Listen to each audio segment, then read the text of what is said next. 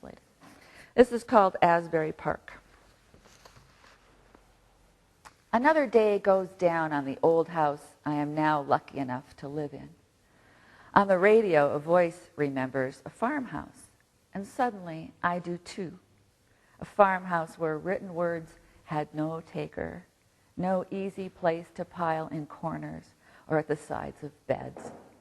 This was the place of Russian grandparents who could neither read nor write. How odd, then, to save their house with words. There's the corner for the parakeet cage, hung tall as if from a floor lamp. Fluttering racket, bird let loose to flap in your hair. Long table for beer bottles, pumpernickel bread, head cheese, duck's blood soup, horseradish. The kitchen burned with pepper. Sun blaze of Michigan summer through the tall windows. Beets from the garden, bootlegger in the basement. There's the gas stove where my long hair caught fire. First the burning smell, then the knowledge. Hair singed, brittle, broken by the kitchen towel my grandmother grabbed me with. Let loose the bird, it never made a mess like this. Or a mess like the day the bootlegger threw the mash out in the yard where the ducks found it, ate it, fell down drunk, were assumed dead, and plucked by my grandmother. They woozed back to life about the time Grandpa came home, bleary from having a few beers himself, and found the ducks naked and curving through the yard.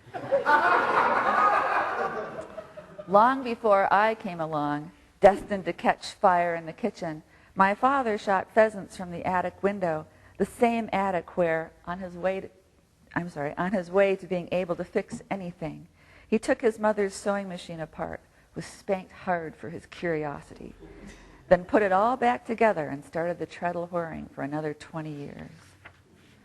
Out back along the tracks, in the tall weeds, my 4'11" grandmother once waited in the dark, big stick in hand, waited for the man who said her sons had stolen his apples.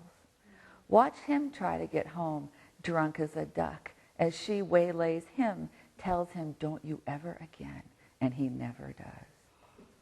I have not abandoned this house. Even after I moved away, the grandparents died and the house sold. It is mine, jealously.